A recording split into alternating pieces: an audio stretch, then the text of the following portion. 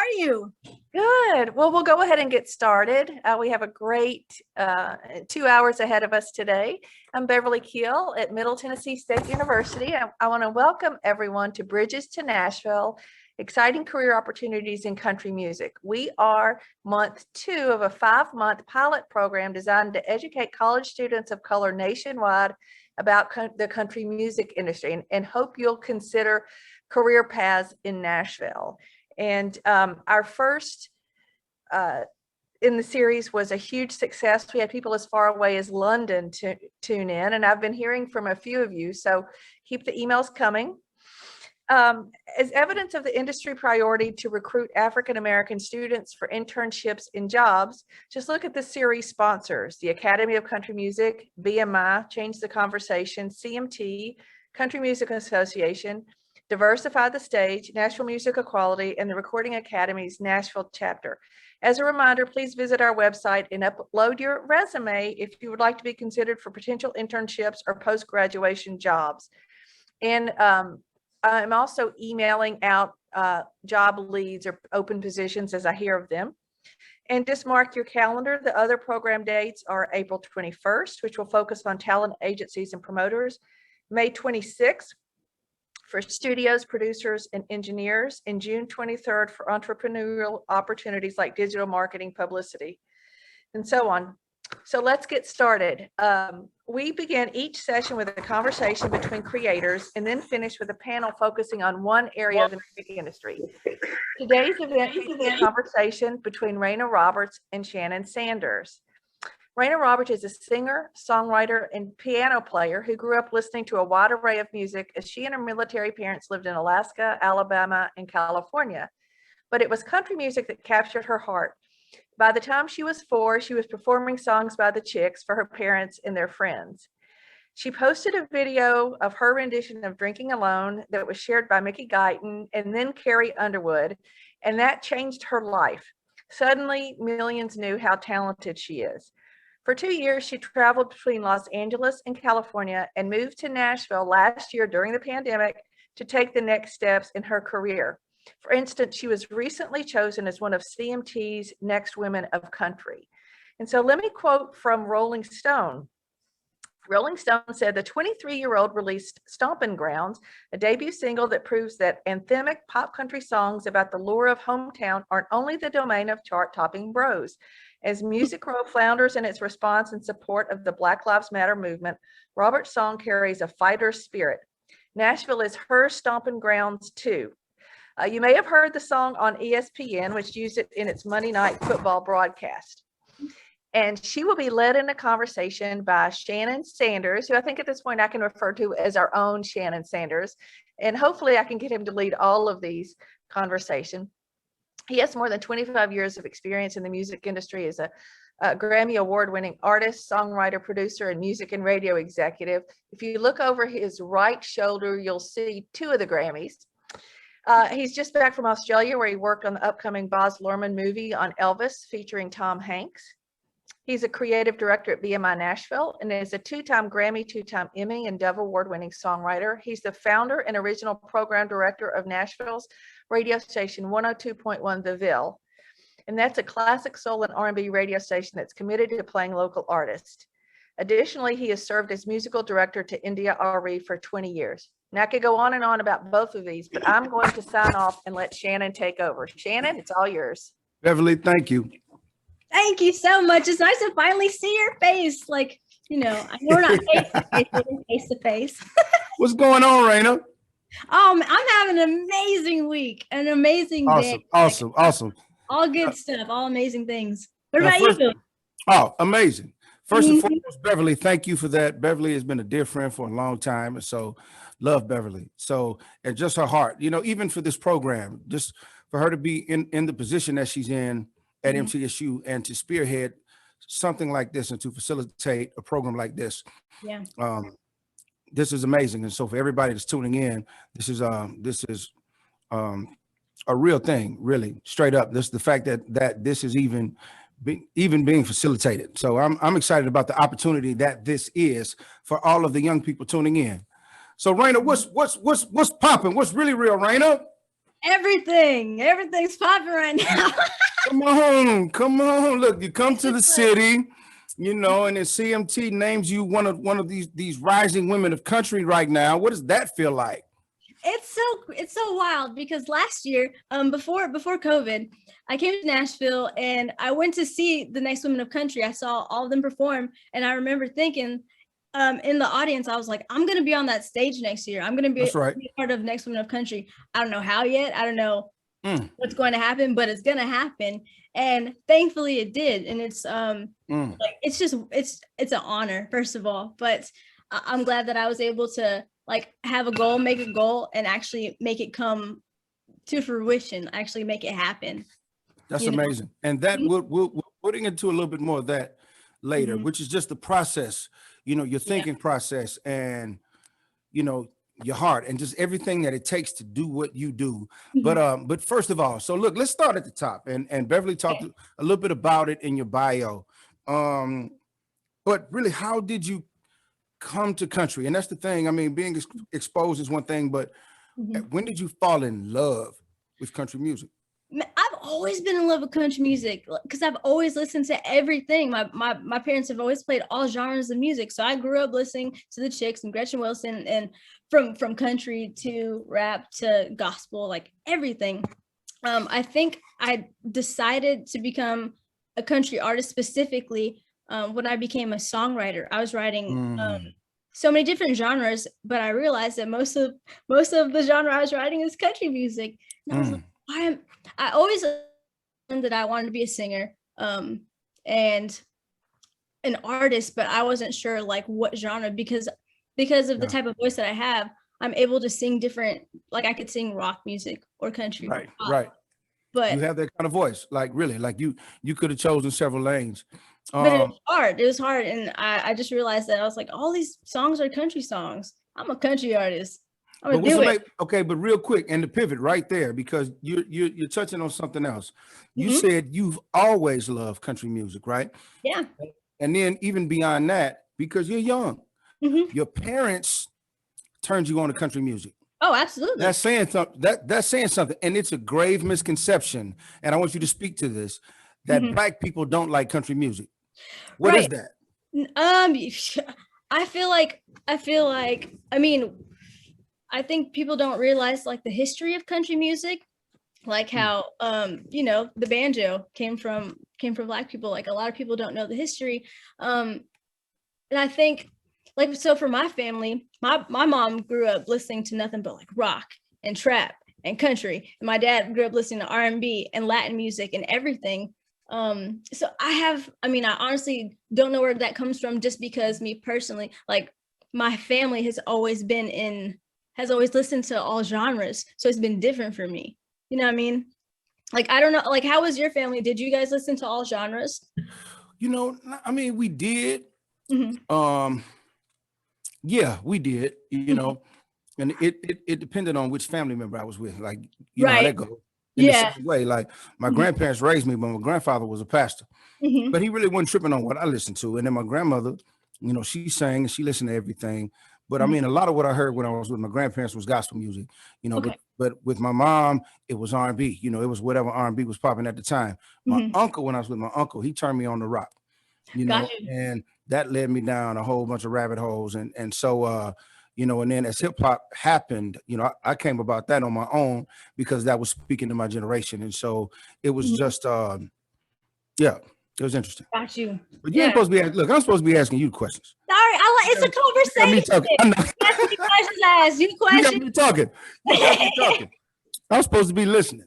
No, you're supposed to be talking and listening, because I want to also hear what you have to say too. Okay. So,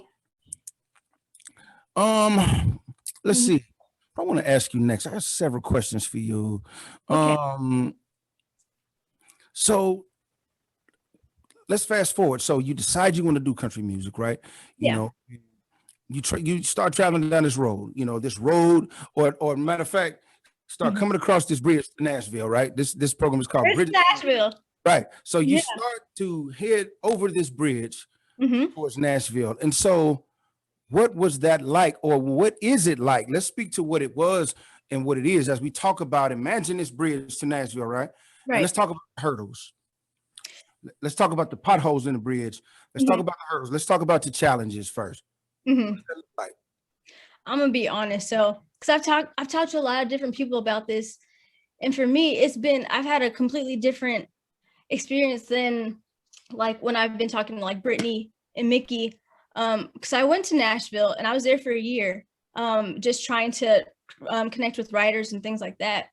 But after that year, I met my management team, and because of that, I didn't have to go through. I didn't have to drive through them potholes. I didn't have things in my way because they were already in the music industry, so they knew who to talk to, who to connect me with, and who were good people that wouldn't be the opposite of that. So for me, it was honestly, it wasn't a challenge because I had the right people on my team already. You know what I mean? So 'Cause I know. Mhm. yeah.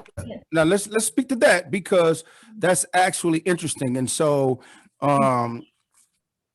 because generations past, people that have come through before you that have laid the groundwork, if you will, did face a lot of challenges. Right.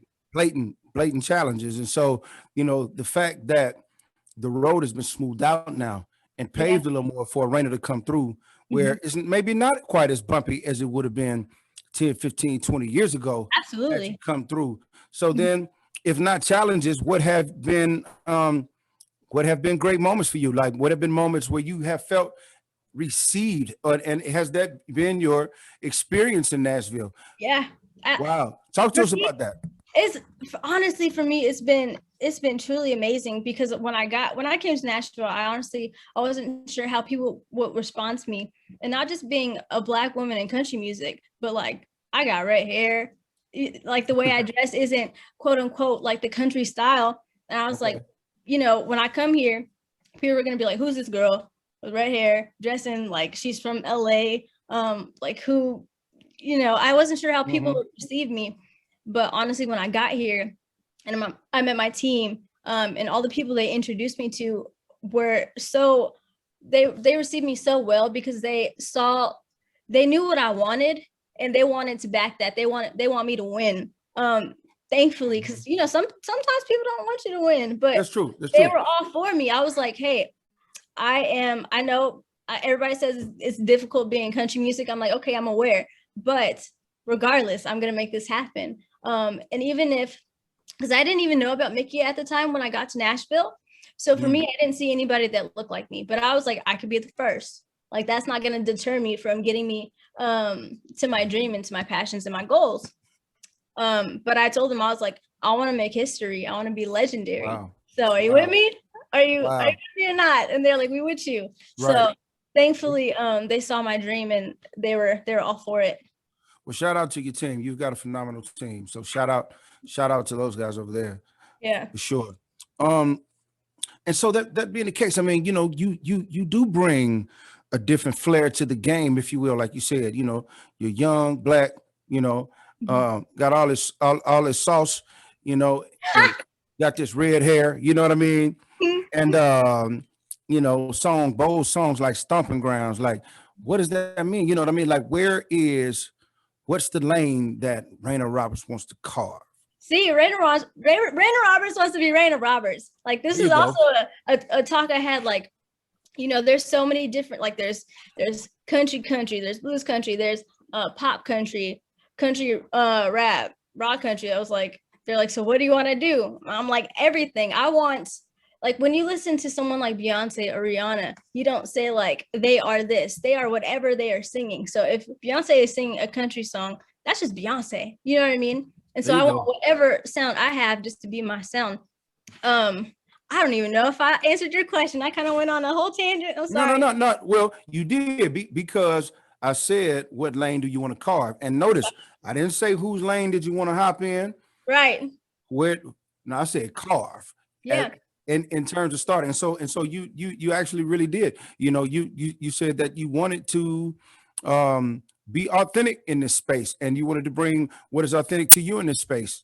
Yep. And so I want people to know that country doesn't just sound and look like one thing, you know. And you also don't even have to be from the country to be a country artist. Like that's what I love about music. You can it can speak to you. You might not even know the language that you're listening to and be in love with that song. Like so that's also important because people are like, where are you from? And I'm like, well, I was born in Alaska, I lived in Alabama, lived in California. But even if I didn't live in the South, like it don't matter as long as, you know, my songs are country and that's right. That's what matters, you know, not necessarily where you're from.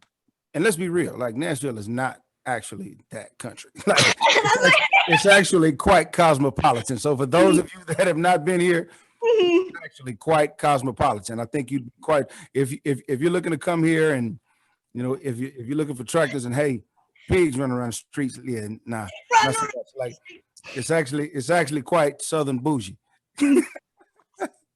I love it though. Honestly, like coming from California to Nashville, like people are so kind here. All the people I've interacted with, people just been so good to me, thankfully. But it was a totally different like feel and atmosphere from California. So what do you think? Where would you like to see? Now, how long, even before I ask you that, now, how long have you been here? How long have you been in Nashville? About 3 years now, if I'm not mistaken. Okay. Like coming to Nashville. Okay. Songwriting process. Let's talk about that and just the creative process. Like, how have you found that in Nashville? Like different, you know, because the whole songwriting, co-writing concept in Nashville is so much of its own thing, right? Like the way Nashville approaches songwriting and pitching songs, even that whole song plugger thing, it's a whole different animal here, right? So speak to that, like the creative process, like how you found it different when you actually got here. Yeah, like so before I came to Nashville, I mostly wrote songs just by myself. Like I didn't really do too much co-writing. I had a few sessions in LA. And usually, you know, you're in LA that somebody pulls up a track and then you try to find a melody line to fit that track. And that's kind of how it goes in LA. Come to Nashville, people were like, so have you co-written with people? I'm like, huh? Like, not very much. And they're like, that's important. And I'm like, okay, like from your tone, it must be really, really important. And I learned that there's like gatekeepers and people who you can connect with through writing that can lead you to different circles and different writing groups.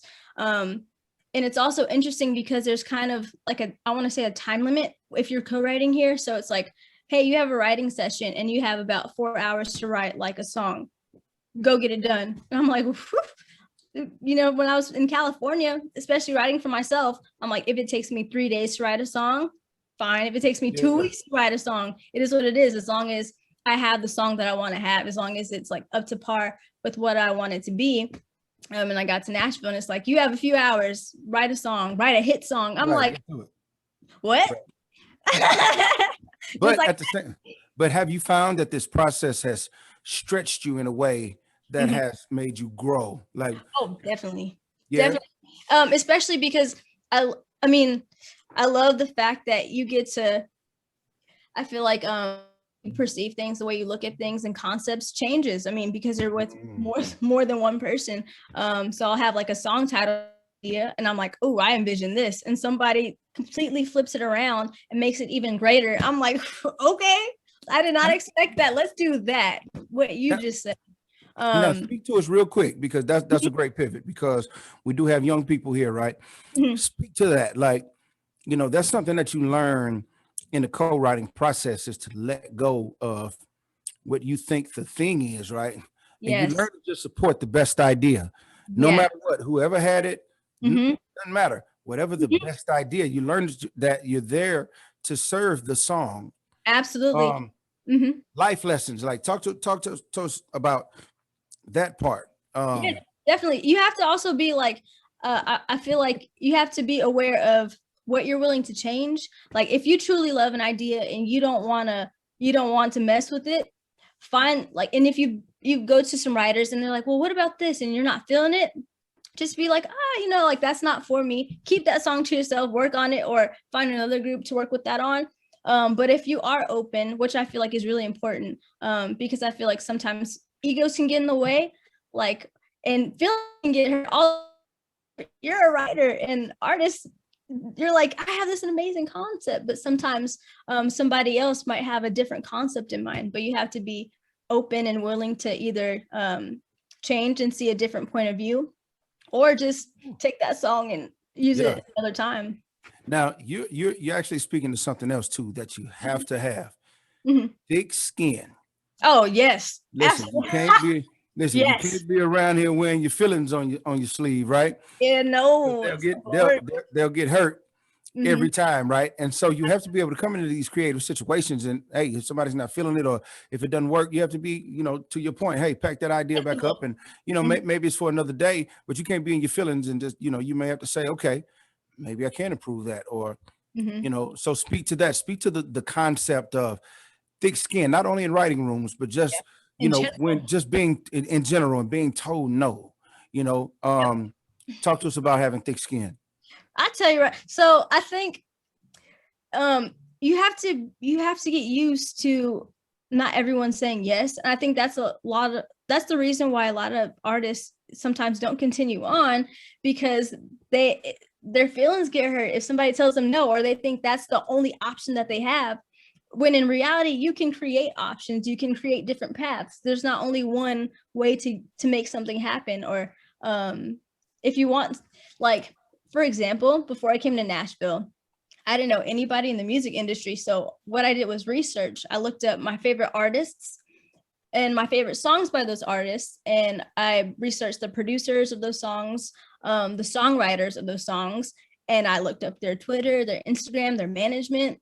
And I would send emails, I would send DMs, because there's just different pathways to make stuff happen. And I tell you right now, like I would get maybe 30 no's or no replies, but then I would get one reply, which was from like producers of Beyonce and Drake and Rihanna. And so even though I got all those no's, that one yes really, really mattered, and took me to the next level. So you definitely have to get used to not always being told yes, but you got to keep going and just find different pathways. And you know what? That's a whole thought right there. So take us down that rabbit hole too. Just the tenacity, being committed. Getting up, getting knocked down, and getting up again. Get back up and do it again. How bad do you want it? How bad do you want it? And then so what does that look like? Like when you want it bad, right? Like what does it look like? Like wanting it bad looks like what? Like people see, all they see is the make, they see you after hair and makeup, I heard a quote one time that says, and figuratively, I mean too, I heard a quote one time that said, luck is what people call hard work after the sweat dries. Nobody was around to see these people might not have been around to see you sweat. They weren't around for the hard work, right? So by the time they get there, the sweat is dry. So they think you're lucky because the sweat dry. They don't see you drenched, right? They don't see you in the trenches. Right. And so what is that like? What is it like being in the trenches? And what's it like, believing in yourself, and especially, being a young African-American woman, and even coming from the West Coast, what's it like, when have people tell you, what, like that's crazy, or that's not attainable. What do you think? I hate that. I hate when people say that. Like, yes, it's usually like, that's not usually how things work. That's not obtainable. Like, that's kind of far-fetched. I'm like, what? Maybe it's been far-fetched for you, but just because that has applied to you and situations you've been in doesn't mean it applies to me. That's right. And so look, so tell us about the conversations you have with yourself. That's valuable because you're obviously very strong. Like for you to be where you are and to be doing what you're doing, you're very strong, quite tenacious, passionate, talented. Thank you. But what are the conversations you have with yourself to stay motivated and to keep yourself up and to make you get up every day and attack this? There's a few things, because I go through highs and lows, especially as an artist. You go through a lot of highs because a lot of stuff's happening, and then sometimes there's lows because not everything's happening at that moment. But I just tell myself, like, and this is since I've been like little, I've always thought this, like, I'm going to be a superstar. You cannot be legendary by being average. You cannot be legendary by slacking off. You can't be legendary by being lazy. You have to go get it. You got to go get it. You got to go get it. So And talk to us about getting it. And look, talk to us about getting it. Cause I mean, listen, you dropping diamonds all along the way. You know, look, you just got a hole in your pocket. You just dropping a trail of diamonds for these young folks. So that right. So get it, quote unquote, get it. Like what's getting it look like? Getting it sometimes is 4 a.m, huh?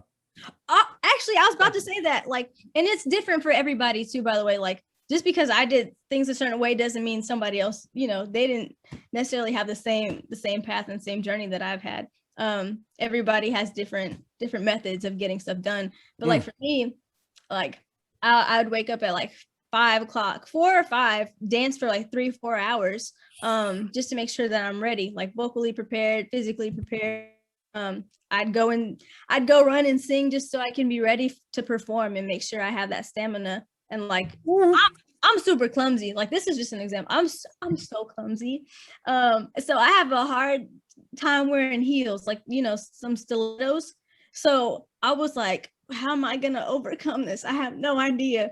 And so I would like put those stilettos on. I'd, you know, walk around my block to get used to them. Or I would like get on the treadmill and walk in those. That's just an example of me being like, I'm not gonna let these heels beat me. Like, I got to figure out a way to make sure I can be who I want to be. And when I say be who I want to be, I mean like the image I have of myself. I want to be able to wear some stilettos, so I need to figure out how I'm gonna wear them. But you have to just be relentless. Like, if you have a vision, you have a dream and a passion, you can't let people tell you like you can't do it or it's not possible. Things like that, because it's possible. You just have to figure out how to make it happen, and who to connect with. So let's pivot right there. Who to connect with, because we spoke earlier about the awesome team that you've configured around yourself. So let's speak to team and how important team is, and you know, trusting people to do their jobs too, having the right people in to do the job, and then trusting them to do their job, right? And so how was it? How did things change once you got with your team and you guys and you knew that, okay, we click and we share a vision? And speak to that, like how important it's been for you to have a team around you that you can trust.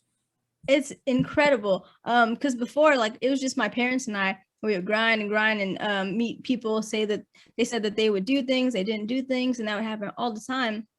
And when I met Ryan, who's my manager, he assembled the team that we have right now. Like, and our biggest thing is also like, whoever you're working with, you want them to feel like family. Like, you have to be able to trust them because you'll be in certain situations, and you have to have real conversations with them, whether it's personal or whatever it is. Like, you have to be comfortable talking to them, because that's. And look, and real quick sidebar on that note, because folks don't realize, look, you might be on stage 2 hours, right?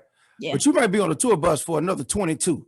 Yes. You know what I mean? So who you with, you know, you might know who that person is as a musician on stage, but then the other 22, but you're speaking to something, because you do have to trust people. You have to want to and like to spend time with people and feel like you can be vulnerable with people, because you wind up spending so much time together, right? That it's no way they're not going to catch you at a low time. You're going to see each other at your best and your worst. It's going to happen.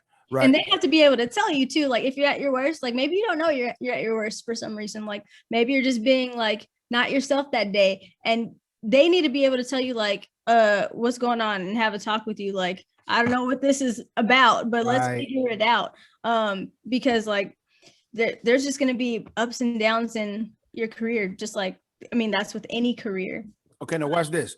Watch this. And we see this all the time with entertainers, athletes, and really just in general. But you're speaking to something else right now that's very, very crucial for these young people to get, which is, you know, and you know, you get, and we've all been there, you know, you get 18, you get 21, you think, you know what, I got it. But trust, like it's some folks been further down the road that are further down the road that can tell you where these potholes are that you might be approaching, right? And how important is it to empower someone to tell you that, because sometimes people will get good advice and then but won't listen. Like Oh my gosh. Like the alarm is going off, right? That's like a Yeah. fire alarm going off in your house in the middle of the night, but you refuse to get up. You don't believe the fire alarm. Then why you got a fire alarm if you're not going to believe it when it goes off, right? And so you set these Oh my people up gosh, in- yes.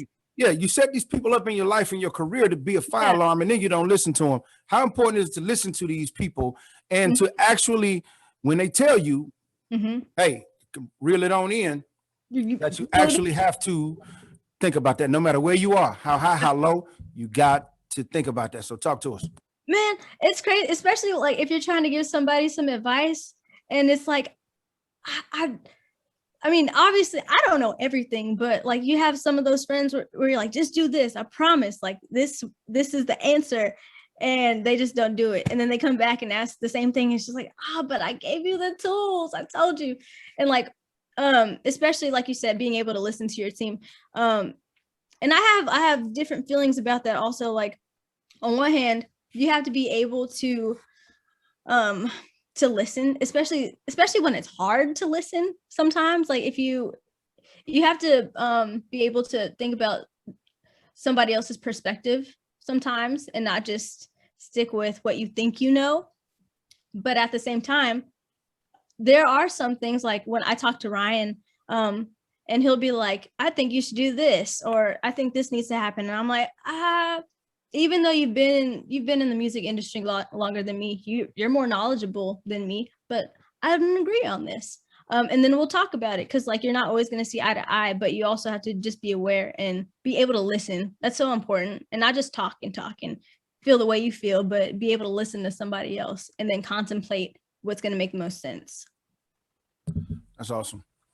So if you could tell yourself anything 10 years ago, like if Reyna today could talk to Reyna 10 years ago, what would you say? What would you tell yourself? Oh, well, how would that conversation go? So I'd be 13. So 13-year-old Reyna was very, very shy.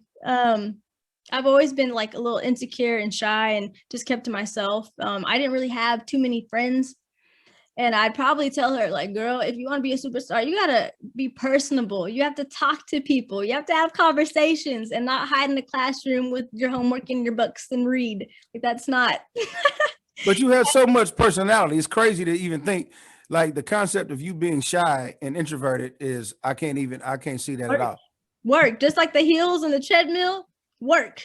Like, because I've always, like, up until probably 18, I've always kind of like kept to myself, been awkward and shy. And I wouldn't have the confidence to just go and start up conversations with people, like, whatsoever.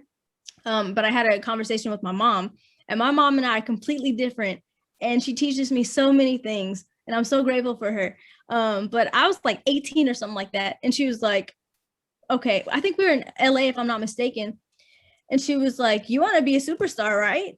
And we both know I want to be a superstar. And I'm like, yes. And she was like, how do you expect to be a superstar if you can't talk to people, if you don't have conversations with people, if you're not relatable? Who's going to relate to you? Like, nobody. If you don't open your mouth and also say what you need, what you want, and speak things into existence, then make sure you follow through and make it happen. But how are you going to connect with people if you don't open your mouth? If you don't talk? You can't be shy like this. You need to go talk to people. So we would be in a store or like a restaurant or something like that, and she'd be like, go talk to that person over there, some random person. And I'd be like, Mom, do I have to? She'd be like, go talk to that person, just with the mama tone. And I'm like, okay, let me go. And so, enough times, after a few times, I'm just like, it became natural. And I think it's like, the fear of rejection, especially when you're shy. You don't have like necessarily like a lot of I don't want to say a lot of personality, but just when you're shy, sometimes you feel like it's hard to connect with people because you fear rejection and things like that. But I got over that. I can talk to anybody anytime. And see, you know what? So listen, but now you're speaking to something else too. There's a quote I love that says, "Speak truth to power," and that's something I live by, right? Which is being honest enough and at the same time bold enough, which is why we're having a conversation like this, right? Absolutely. But to be able to speak truth. Tell the truth to people that are in power, that are actually have the power to affect change. If Mhm. somebody has the power to change something, that's Yes. the person that you want to be able to talk to. So Yes. whether it be in your personal life, whether it be in your life, or whether it be in your career, whether it be in the studio, right? Was that Mhm. something that you also had to overcome in the creative process? And you know, it's amazing. Also, Mhm. um, that's one thing to speak to, but also you made me think about the difference between talent and skill. Because where Right. you Oh, good. already Yeah. musically talented, Mhm. you had to develop the skill to talk to people Yeah. and to come out of your shell. And that's something you had to work at. So that wasn't something that was part of your gift box when you were born. That's something that you had to go and get, you know what I mean? Just like a cell phone plan. You want this, but you want the upgrade, you know? So, okay, you're talented, but I want the upgrade on that. You know what I Mhm. mean? And for me to do what I want to do, I need more bandwidth. And so you went and got that. So Mhm. speak to upgrade, speak to the difference between talent and skill, and how, you know, you had to, you know, this the development of that, where you had to, you know, put in the work to play and to sing and to Mhm. sing, and at the same time, you know, to supplement where, okay, I'm not as strong right here. I need to work harder at that to make Mhm. it to where this is. It's like you have all the talent in the world, but if you don't have the resources, if you don't have the drive to do something about it, the talent is like it's wasted. Like you can have the most gorgeous voice in the world, but if you don't have the connections in order the connections or the resources or the drive to do something to get the connections and the resources, then people won't know who you are, or they won't hear your voice and the talent that you have. Um, and so for me, there was a point I remember, like I was just like, I'm gonna be famous. You know, I would talk to my parents and they've always believed in me, always. But they're like, so how are you gonna be famous if you're not doing anything to make your goal happen? Do you think it's just gonna come to your door and like knock, I'm here? Like, no, you have to go get it. And so I had to learn certain skills, like social skills for sure. Things like, you know, like I said, like the heels and the dancing. And also I had to learn to, like you said, kind of be fearless. You have to go after things that some people might not even think you're ready for yet. So there's times when I've talked to my team and I'm like, I want to go do this, and they're like, we can try that. We don't know if we're at that level yet, but let's try it. And I'm like, as long as I hear let's go try it, make it happen, then I'm cool. Like let's go do it. But Yeah. I really don't like hearing like, I don't know if that's possible. Haven't really, Mhm. I don't know if you're ready for that. I'm like, what? Tell me what I need to do to be ready for it, and I'm a make sure I'm ready for it. That's right. But I think it definitely comes down to mindset. Like you have to have the right mindset and be prepared to I'm sorry, but you just have to be prepared to do things that don't come easily to you. Yeah. Um, Yeah. and So it's watch this. And so look, speak to this right quick too. mhm, And you touched on it a little bit, but you know, I tell kids all the time, like mhm, everybody that came with you can't go with you. mhm, I mean, there are lots of people that struggle. A lot of people block their own opportunities because they're okay. trying to wait on something or someone. Oh yeah, You know the what I waiting mean? game. Yeah, The yeah. waiting game, Mhm. either for an opportunity or friends. Sometimes, you know, and Or like, you know, relationships. yeah, all of that. And just because, you know, sometimes you know, everybody that starts out in your freshman class is not going to graduate when you graduate. They True. came with you. Mhm, Everybody was there that first day at orientation, but they're not mhm. going out that door with you. Yeah. Came in, but they're not going out. And so Mhm. let's speak to that, like being able to and being confident enough and strong enough to go alone. Right.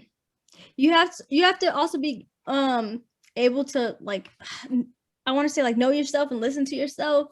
Um because even sometimes the oh wait, I'm kind of going in a different direction actually.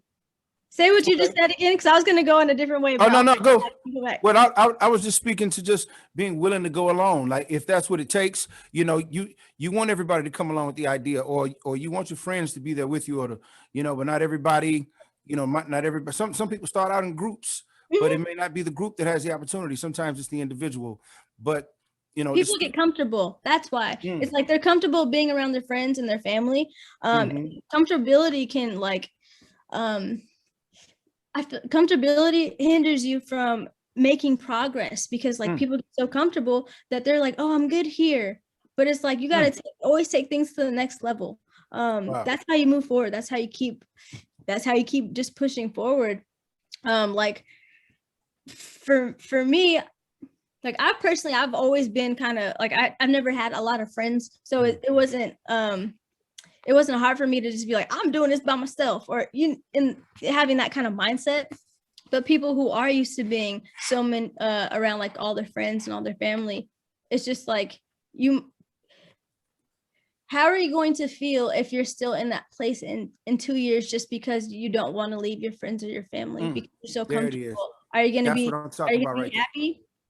Or are you going to be happy going after what you love and what's going to change your life? Still staying connected to your family and your friends, but going after what your dream is. And I feel like a lot of people get nervous and a lot of people get scared because they don't know what's going to happen. Which, I mean, I get it. Like you don't know what's going to happen, but you know what will happen if you stay there. Like you won't be able to move forward. That's real. That's real.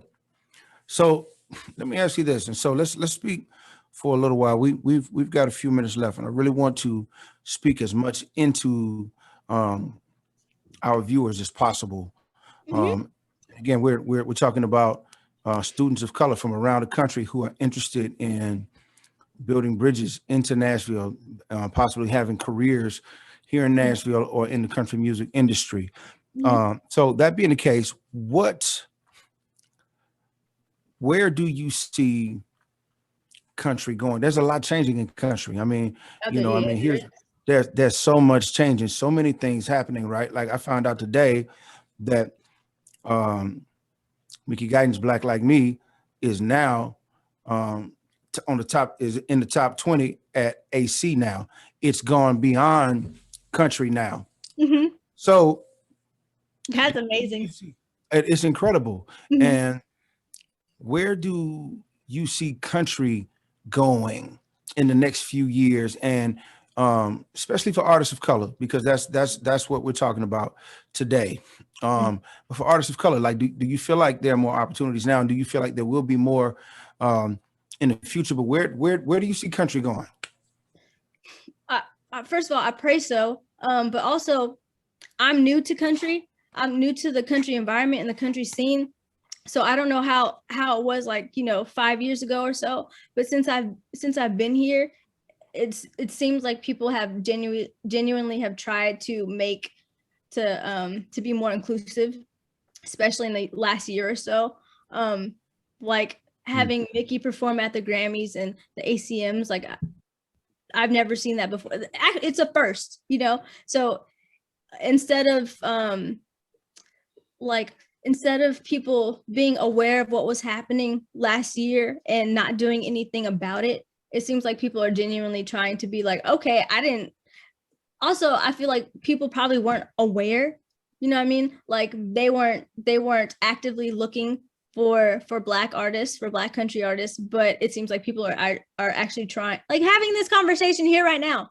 Like I have never, how do I say this? Like, I feel like right now in the last year, I've heard so much more about Black women and Black men in country music than I had ever before. Like I didn't know but I hadn't heard any other country artists other than like Darius Rucker and Kane Brown, and that was it before I got to Nashville. And now there's so many more Black artists that have come out this year that I think people are genuinely trying to rally behind and push to the top. So I'm praying that things become like, I hope that we get to the point where if I'm in Rolling Stone again or in the New York Times, that I hope this doesn't sound any kind of way, but like I'm just a country artist. Like people aren't surprised that I'm a Black country artist. They're just like, oh, she's a Right. country artist. You know Yeah, what I you're mean? just a country artist. Like it shouldn't, right. What color Like you are shouldn't and matter. like because like some people when I say I'm an artist, they're like, oh, do you do rap? Do you do do you do hip hop? Do you do R&B? Like actually somebody asked me that today and I was like, oh no, I'm a country artist.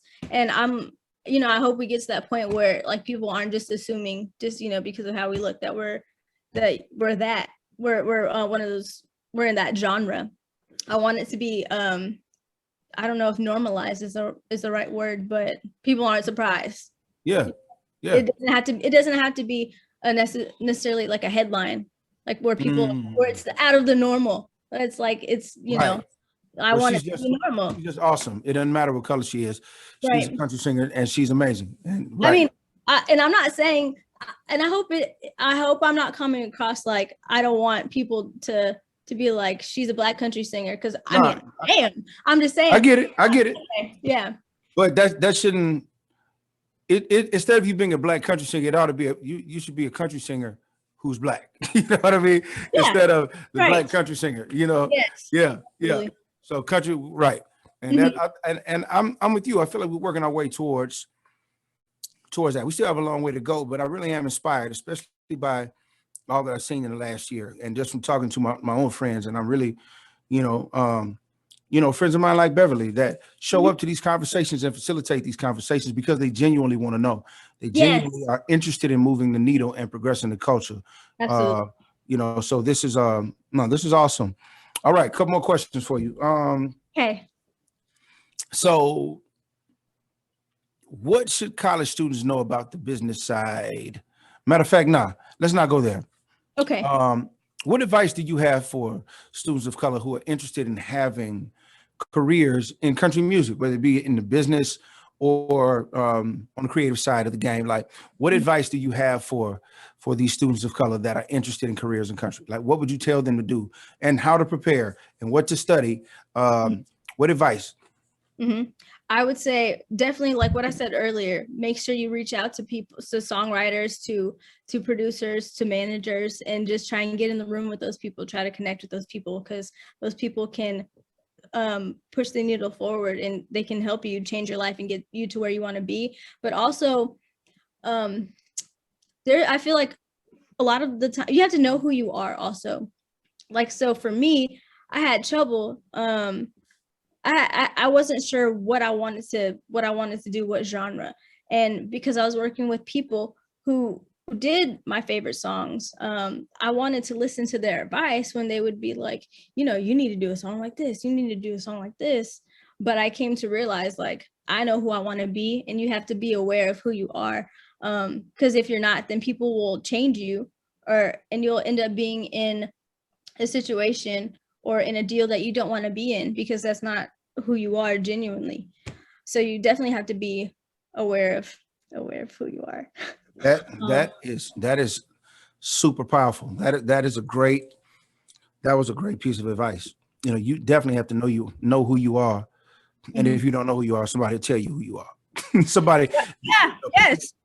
People will tell you, or the industry will make you into who they want you to be, who you are authentically. So that's a real word. So listen, we have a question from the chat. And so this question is, how are things for Black songwriters opposed to Black artists? Like, do you think that there's a difference between the treatment of or the acceptance of Black songwriters? And that's an interesting question, like, because songwriters are probably seen more behind the scenes. Do you think that is more acceptance for a Black songwriter than there would be for a Black country artist? I'm going to be honest and say that I genuinely don't know. And as I'm thinking about it, it's because being here in Nashville, like when I was in LA, I worked with a lot of Black producers, Black writers, Black artists. Here, I haven't met with any Black songwriters. I've written with maybe like 6 people, and all of them are white. But I honestly don't know the treatment of songwriters in Nashville because I haven't worked with them yet, and I haven't heard their experiences. So I honestly can't say that I know the answer to that. I wish I did. And maybe actually I'm glad that you asked me, because now I can go and research and find out Black writers, Black songwriters, and Black producers here in Nashville that I'm not aware of right now. And I mean, and you know, to your point, you know, the more I think about it, it's like, wow, like I can't really say, especially in country, like, I can't say that I know many. Like I can think of a handful off the top of my head. Like when I think about real professional Black songwriters, like Black people that I know that are in rooms writing every day. This is what they do, is how they feed their families, writing songs. You're right. And so there's a lot of opportunity right there. You know, it's easy to look at that and say, well, that's a problem. And it is, but at the same time, it's an opportunity. So if any it's absolutely, yes. Yep. If any of you are songwriters that are joining us today, there's a great opportunity for you as a songwriter. And can I also say, like, since we're here, I will put my, like, I don't know if any of y'all are writers or producers, but feel free to reach out. If whether you hit like DM me or my managers or something. Like, for example, this is an opportunity. Like if I was in that class, in this class, and I had somebody talking to me about what I want to do, I'd be like, let me get your number, or let me get your email, let me DM you. But that's, you know, that's how you start just making progress. All right. Now I feel bad for anybody that didn't make it today. Anybody didn't tune in. She just told you. She just told you. Slide in. Yep, slide in the DMs. She just told you. The Reyna Roberts. That's my Instagram. Yeah. So we can all connect and work on something. And look, don't slide in playing now. Don't slide in half baked now. If you got something to say, you got a vibe, slide on in. All right. So listen, what would you tell the next Reyna Roberts, Brittany Spencer, Reese Palmer, who wants to do this? This girl that looks on you, you know, it's interesting because I saw a commercial, the young lady that spoke at President Biden's inauguration. I can't think of her name. But she did an amazing job. The young black lady that spoke, had on the yellow coat, you know what I'm talking about? Yeah, the poet. Yeah, she was amazing, right? And so, but I saw a commercial shortly thereafter where it showed her on TV, and then it showed another little Black girl watching TV. And I was like, oh. Yes. Yep. Somebody's flipping through magazines. Somebody was watching CMT. Somebody saw you. Yeah. And the next Reyna Roberts, there was a Black girl that saw you. Black girl that sees you right now. What do you say to her, Reyna? Oh my gosh, that's hot. Oh, the pressure. I don't want to, that's the thing. I don't want to say anything cliche, but I genuinely feel like you have to be fearless. If you want it, you got to go get it. I know I've been saying it. Come on, speak to it. No, it's cool. I genuinely feel like me. I love Beyonce. I'm like the biggest Beyonce fan. And when I listen to her interviews and I look at her work ethic, that's why I want to be as great as she is, because she is fearless. She goes after everything. And look, real quick. She wants it. She owns it. Yes. And see, here's the thing. I want you to speak to it because you're touching on it. She really doesn't say a lot. Like, relatively speaking, she does an interview, she does a thing, but not a lot, right? Not compared to her body of work, right? Exactly. I feel like she shows more than she says. Yep. And so that's fierce. Yep. You know what I mean? That's fearless. Like that mindset. Take us out on that mindset of fearlessness. Talk to us about that. It's something I definitely had to learn. I'm gonna be honest, like I've never been, I actually before, like I told you that conversation with my mom and having to go and just talk to people. I was always like, I was in the mindset of, I don't know if I could do that. I'm not sure if people do that. And I would just be caring about what people think and who's done it. Like, it don't matter. It doesn't, if you want to do it, it matters what you want. It doesn't matter what people have done before you, or like, not that, but it doesn't matter that maybe somebody else hasn't done it, or you have a different way of going about it. Like, do it, just do it your way. That's powerful. Don't base your like success and what you hope to be, like what you hope your success will be. I'm not saying this right.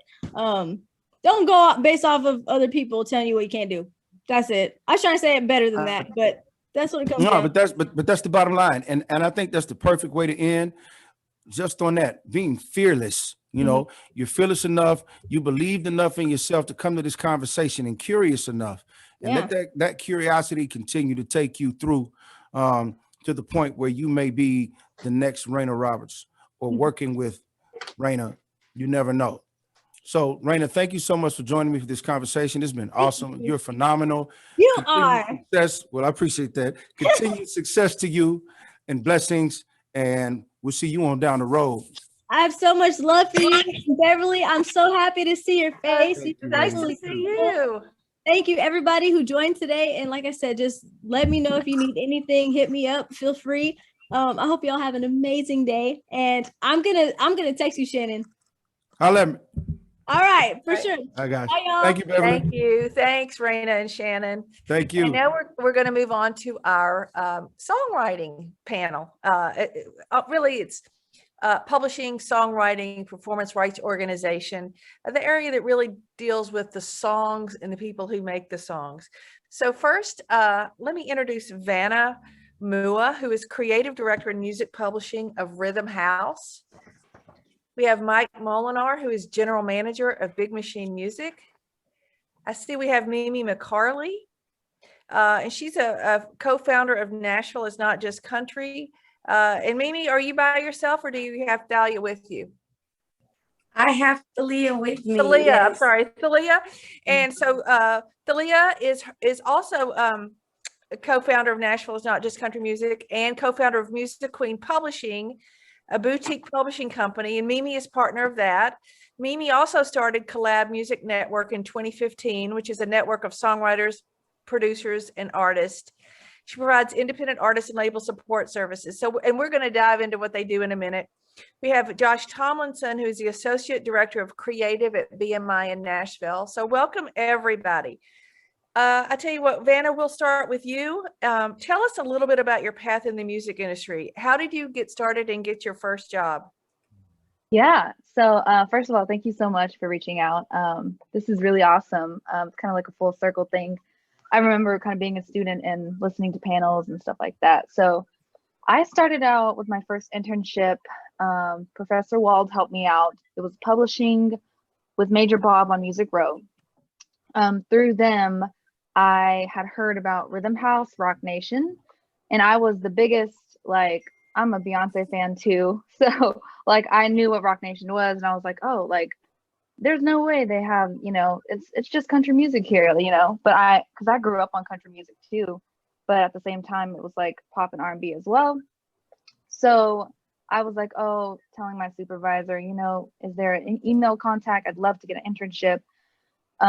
So basically I got in contact with BJ Hill, who is also MTSU alum, and interviewed with him. I started my internship with Rhythm House fall of 2018. Yeah, and I just put my head down. I worked hard, came early, stayed late, did all the things. They weren't hiring, so I knew I had to make myself valuable enough. By the time it was time to graduate, they took me on as assistant, and I've just worked my way up for the past 2.5 years to creative manager and have loved it here ever since. All right, Mike. Sorry, hitting that mute button. Thanks again for having me here. I think there's going to be a lot of similarities and stories. I grew up in El Paso, Texas, about a mile and a half from the border. Really so much of my story is just with my family, where I'm the youngest of 5 kids, a big Mexican family, and everybody brought all of the musical influences. And just so happened that, you know, we didn't have a whole lot of money growing up, but I just happened to keep bumping into people who helped mentor me and train me. And I started to take music lessons and could read music by middle school, and went to a conservatory for college to start. Met a great friend of mine who is Kane Brown's manager now. And I showed up with a bunch of music and a liner note junkie of all different types of music and genres, and would totally nerd out with her. And she was like, why are you not in Nashville doing this and doing music publishing in Nashville? And after a couple of conversations, looked up MTSU on the website. This is almost 23 years ago, 24 years ago. So it's, you talk about like dial-up speed, and, the web page came up and started just diving in, and came down to visit, left a full scholarship at the conservatory to pay out-of-state tuition at MTSU, and got my internship and unpaid internship for a summer where I think I was supposed to be there a couple of weeks, and I stayed all summer, and organized their world to the point where they just had to try to keep me, or at least give me a good, a really valuable connection from there. And they did. And that connection started my job off in the fall of while I was still a senior at MTSU with Reba's company, and stayed there for 3 years and kicked off the rest of my career as an independent music publisher. And here we are 24 years later, basically spent it over about four or five companies. Great, thanks. Mimi. Yeah, so I got my start, obviously, as a child, just being exposed to music and family members who were involved in the entertainment industry. I'm a graduate of Middle Tennessee State University. Go Blue Raiders. Beverly, you probably don't remember, but I was a student in your PR class years ago. And so after I graduated, I got married and started having children, and that's the way life happens sometimes. But entertainment has always been a part of who I am, and I knew I would return to the entertainment business. Just didn't know when. 2015, I was done with not living my truth in my career. And so I returned to music business in 2015. And as a songwriter, I just hit the ground running camps and mini camps and production camps, and just really trying to help creatives finish catalog. I ran into so many people who had unfinished work. They had hard drives and voice memos and cell phones full of great and amazing ideas and concepts. And I have a problem when I hear something great.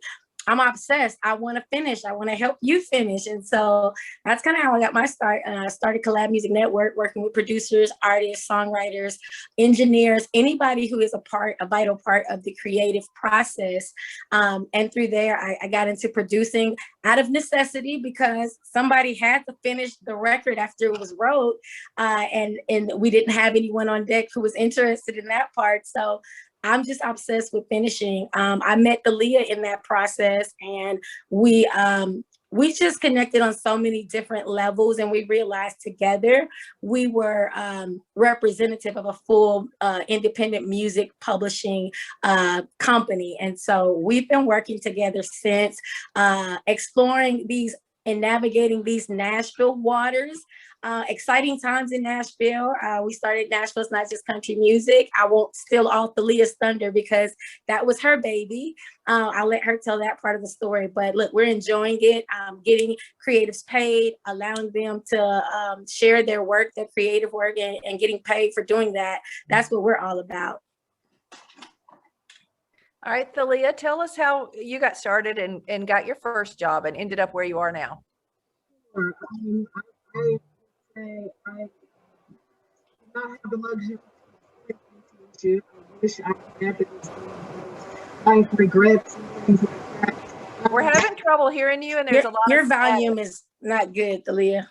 Yeah, your sound connection. Okay, maybe I gotta just get a little closer.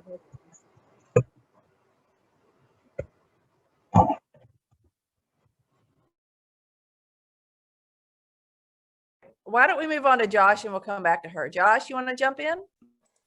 Sure.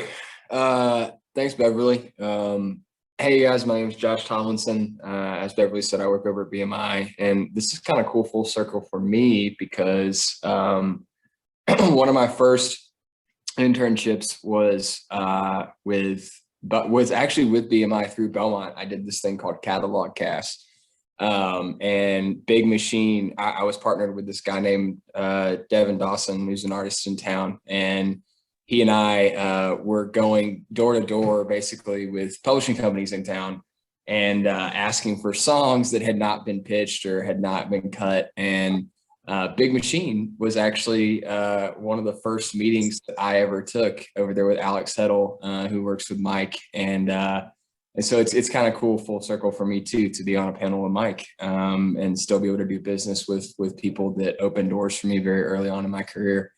So this is pretty cool. And then also Thalia, I met like probably my first or second year that I've been at BMI 6 years. And I think I met you like my first or second year there. We went and got pizza. That's right. There. And that was an awesome experience. You were working, I guess, over at Sunny ATV at the time, right? And, yes. And so it's really, really cool to be, like I said, full circle. But how I got my start was like, I to be fully transparent, like I'm second generation music business. Music's kind of always been something that's been in my blood. I grew up, my pops is in publishing. He works over at Universal now. And so I've kind of always, it's always been in my blood. My dad did a really good job of raising me to not necessarily be in it. You know what I mean? I think my dad kind of wanted me to do almost anything else but that. He's like, son, if you want to go be the trash truck driver, go be the best trash truck driver ever. And I'm not knocking it. You know, it's just like, go be whatever you want to be. Just be the best at it, and maybe go be a cardiac surgeon or like go be a pediatrician or something. And instead, here we are. So I got my first internship was with Seagull Music Publishing back in 2013.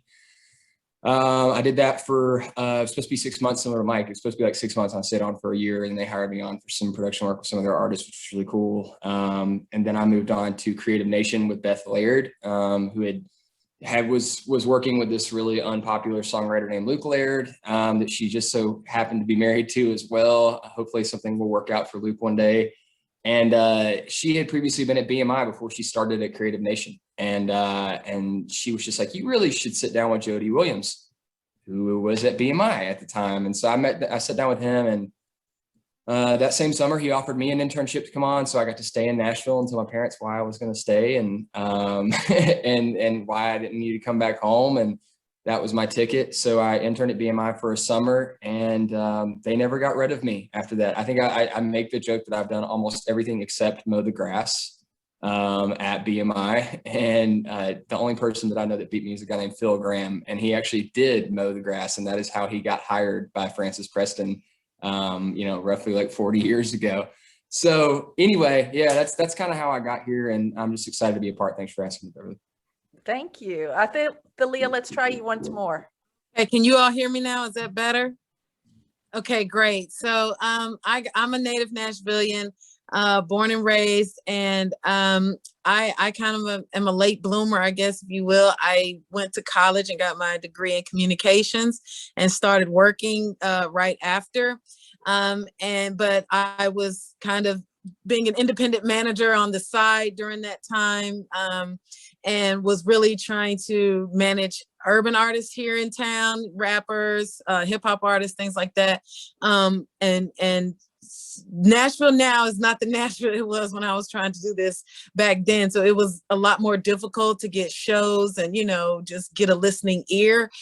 So I moved to New York City and began working at Sony Music Entertainment up there in the copyright department. And I was working for the RCA Jive releases. So that was a lot of things like Alicia Keys, Sierra, Train, Chris Brown, artists of that nature when they first kind of hit the scene. And from there, I moved to EMI Music Publishing and started issuing mechanical licenses on behalf of EMI writers that appeared on releases.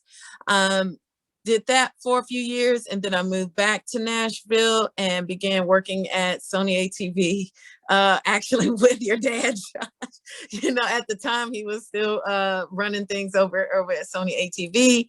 And so I was doing royalty processing and things like that for Sony ATV. And then I moved over where I'm currently at BMG Rights Management, and I am the senior manager of mechanical licensing for BMG. So that is all my daytime, 9 to 5 job and credentials. Now, moving on, I did find helping with my knowledge of corporate business, music business and things like that. Definitely wanted to extend that knowledge to independent creatives in Nashville and urban creatives in Nashville who kind of don't have the infrastructure and access to that business knowledge that that they need in order to advance and level up in their career. So Nashville is not just country music, kind of was formulated part fold out of that. The other fold is that when I was in New York, I kept telling people Nashville is not just country music when they found out I was from Nashville. So it was a sentiment and a statement that I have repeated much of my music business and professional career. And so I felt it was a great way to put it on a t-shirt and make it a thing and a movement to spread the word about Nashville creatives and how we are not just country music, and provide infrastructure and opportunity to urban creatives in Nashville. So we do urban writers rounds, we do networking events, we do educational panels, and really just, again, try to empower and educate independent creatives along their journey. And there you have it. All right, I'm going to take a question from one of the viewers. Samuel Shelton asked, as a songwriter not trying to be an artist, should I be making music that I find true to myself, or should I be making songs where people say, that sounds like a Keith Urban song, or whoever the artist may be? Who wants to take that one? I will. So it's twofold. Obviously, your track as a songwriter is different depending on where you want to land. So the first thing I would say is get clear about where you want to land, where you want your songs to land. Do you want them to go to artists like Keith Urban, or is that the goal? Or do you want to do sync, or do you want whatever you want, create music like it. I wouldn't replicate all the time though, because the music business is trends and sounds and progressiveness. So as you discover your sound as a songwriter and kind of what that new cadence or that new wave is, you kind of have to take a balanced approach and do both, do all, but be very clear about where you want your music to land. I would definitely agree with that. If you're looking to be more of a songwriter versus an artist, I would say develop your perspective from multiple, eyes. So, if you have to write for a Black female, R&B song, can you do that? If you have to write for a white pop male guy, can you do that? So I would say maybe just kind of develop your writings, like Mimi said, develop your writing style, but make sure that it's transferable to the artist, and that they can resonate and, take your lyrics and bring it to life. So you kind of have to have multiple perspectives. When you're writing for yourself as an artist, you're really kind of taking it from your perspective, your experiences and things like that.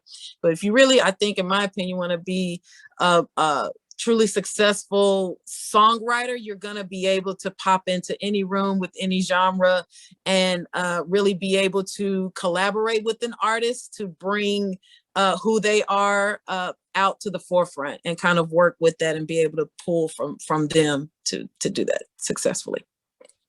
When people ask me for advice and they say, I want to work with the artist or with the music, their first thought is always, I want to work in A&R. We hear everybody wants to work in A&R, but my thought is publishing is the wonderful place to be immersed in all levels of the song, from the creation through the demo to the pitching, and also artists at all levels. For instance, a lot of the artist development now is being done at publishing companies. So talk about your relationships with songwriters and creativity. And Vanna, we'll start with you. Yeah. So, well, we at Rhythm House, we've got 5 writers and producers. Everyone gets along so well, crazy talented and humble, and it makes you want to work twice as hard for them to get their first number 1 or 18th number 1. I just think that it becomes a lifestyle and it doesn't feel like a job when you're more passionate about it every day. And it kind of makes the stressful days a little lighter when the energy in the office is alive and people are just rolling around and creating good music. And so relationships are key. And what was the question again? You said relationships About how about if you work in publishing, PR, on the yeah, creative side of publishing. publishing, you're really immersed in the music. Yeah. You're dealing with yeah. music. So yeah, at every level, one of my favorite things is like hearing a demo come in and like really believing in it, and then seeing it go to radio and take off and blow up and end up, you know, playing in Coachella and then at the grocery store when you're shopping, and you're like, oh, like I'm so excited because I know that I had a tiny part in that song, whether it was a pitch or setting up a co-write. That part's really exciting. And at MTSU, I didn't know the creative publishing world existed. Like you said, you jumped straight to A&R, and I wasn't exposed to it. I don't know. People don't really talk about it. You hear a lot about admin and royalties, which I think it's great to know contracts and have that kind of foundation, but definitely like if I didn't know about the publishing world, I would probably try to do the A&R route too, but I love publishing so much. I'm very passionate about it. Mike, talk a little bit about your immersion in the creative world and your relationships with songwriters and what you do every day. Sure.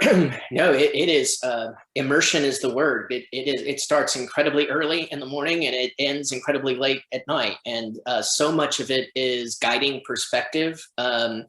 Really, you're just trying to understand the person that you're working with and bring out their very best and sharpen their skills at all levels, whether that is human skills or whether that's professional skills and songwriting and looking at the craft or looking at tightening up lyrics or the commerciality of things. So you're going through each of these things all the way to setting them up with other contacts and making introductions of producers or artists and helping them build relationships. I mean, ultimately, I've done my job if I've built a songwriter, big enough who can leave to start their own company because they've, we provided this ability for them to meet and grow and have those skill sets. I don't want that to happen, but certainly, it happens more often when you are kind of investing in people in that way and you're building whole people.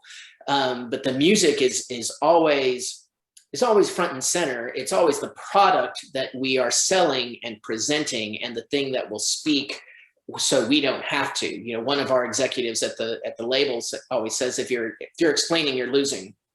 So what we're trying to do is I like to think of having 1,000 conversations to get to where the product won't need an explanation, and that we're building so much of my job is building brands. It's no different than anything else. So each of my songwriters are a brand, and that is both musically and as well as, hit and skill set. So, the brands aren't just their name, it's what they do, what they can do. And just like an actor who you don't want to get typecast because of a certain movie, I'm always making sure that they're not getting pigeonholed for the last hit that they had, and that people know that they can do more than what they are showing up on the charts. So really continuing to build all of that. It all though starts with music, and we are, I miss music some days, honestly. In my position, I don't get to hear enough of it because I am triaging so many, so much work for the company in all directions, and I don't enjoy it when I have a day without it. But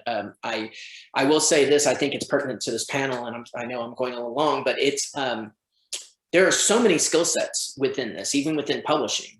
So it's everything from publicity to creating art and design, and to production, demos and all of that, to lyric writing, there's to administration. There are a lot of different types of skill sets that are needed in all of these. And all of my people touch music. They all love music and they all like to be immersed in it. So it isn't, you can be immersed in music and be in publishing and not be the song plugger, one of the 3 people who are doing this every day. Well, BMI is known as a performance rights organization, and it collects money on behalf of songwriters and publishers when songs are performed, whether it's on the radio or in venues. but BMI does so much more than that. And also, BMI is known as sometimes as a songwriter or artist early champion, and they will get others on board, whether it's a publisher or put on a showcase and help them get a record deal. So Josh, talk a little bit about your relationship with songwriters and the kinds of things you do.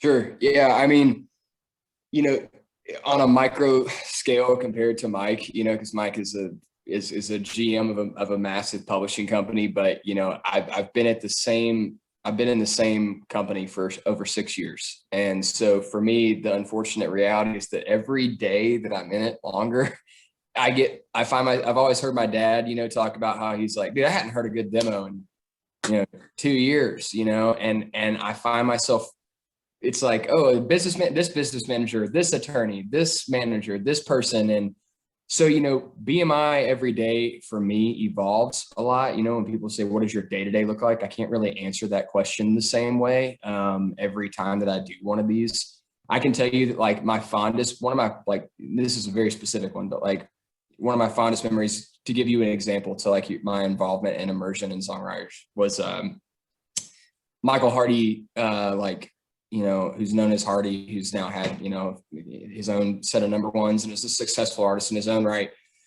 came into my office one day and played me this song that he wrote called Like You've Been There Before.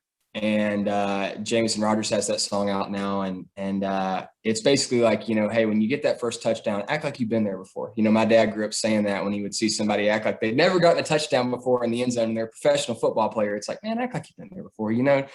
And I remember hearing that song and we were just sitting in my office, like having a beer and talking and catching up. And that there's that level of my job, you know, which is really cool because Michael at the time had not had any success at all. And so, yeah, like that answers the first part of your question, Beverly. Like, you know, as far as an immersion from the very beginning, yeah, sometimes we're very involved in artists from the very beginning and we're fortunate to be able to champion them for a really long time.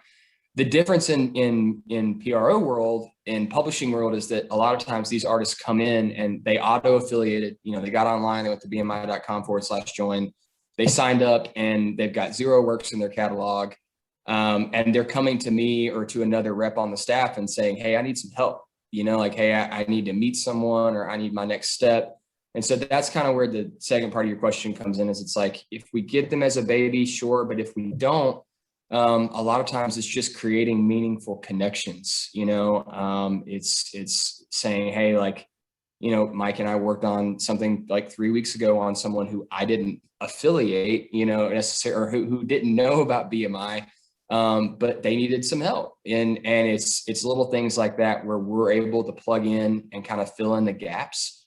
So no one day at BMI necessarily looks the exact same. You know, some days it's a baby writer and some days it's a day like today where I'm meeting with somebody who has had 10 number ones and is out of a publishing deal and wants to find a new partner.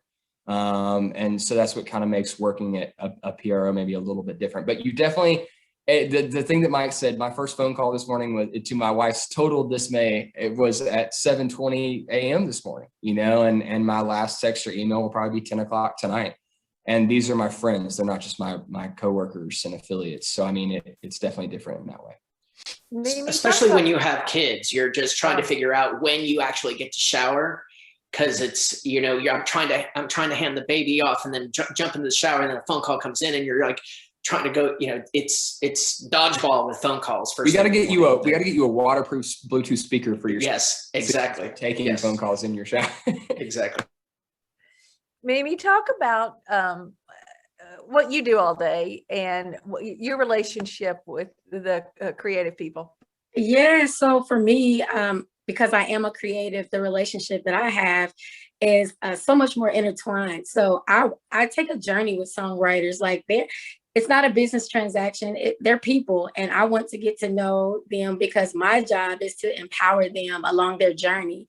You know, educate them, empower them, like everyone else said, you know, echoing, making connections. But before we're even talking about making connections, it's really to help them to get very clear about, you know, who they are, what their skill sets are, you know, doing profile assessments to make sure that I understand what they're great at and what they're not so great at, and where those collaborations need to come from. I am organizing catalog all day long. I feel like it. I'm getting music on my phone and my email, and, you know, just trying to keep every writer that I work with organized is the key. And when I onboard, making sure that we take the time to onboard. Like, so it's a slow dating process for me.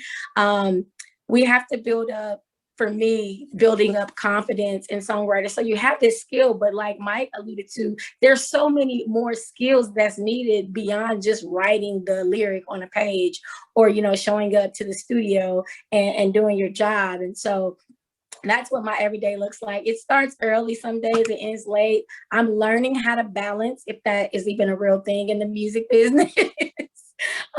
But I am learning how to balance. But I spend a lot of times, and Thalia will tell you, I spend a lot of time with the songwriters that I work with. I am very much involved in their everyday life.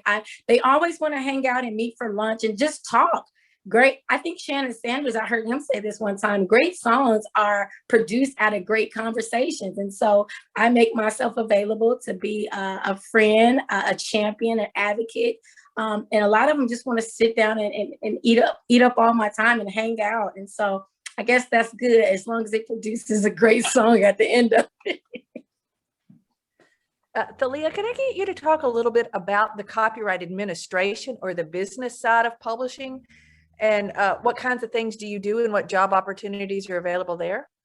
Oh, yes, absolutely. So my job is not as glamorous as everyone else is here, of working with the writers. As far as my 9 to 5 and day-to-day goes at BMG, we really deal with after the fact, you know, when the music is released, making sure that we reach out to all the writers and things. So we would work with the creative admin staff. They would deliver us, you know, all the information of, okay, these are all the writers and these are the publishers that we, you know, believe they may be associated with. And so then it's my job to verify that information, reach out to the publishers or writers direct if they're self-published, things like that, verify their split on the song. And see if there's any kind of producer agreements, anything that may pay them at a lower rate.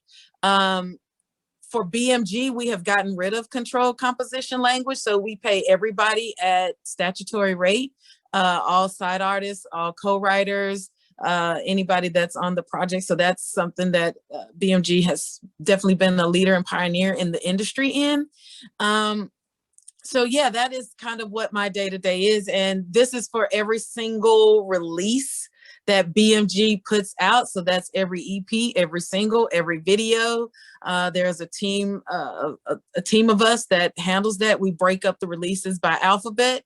And yeah, like we pull the information and do that on a regular basis, but, you know, also making sure that we are meeting deadlines and things like that, because licenses need to be in order for the next stage of royalties and things to happen, and for statements to go out. So, you know, you really have to be on top of these things and making sure that you're closing out and getting everything licensed within a timely manner. So it all kind of works together. And how it works with the creative is when they're in the studio creating, being able to have those splits you know, accurate and turned in to your publisher, you know, in time, so that when the release comes, when the label reaches out to the publisher for that information, they have it. Like, so yeah.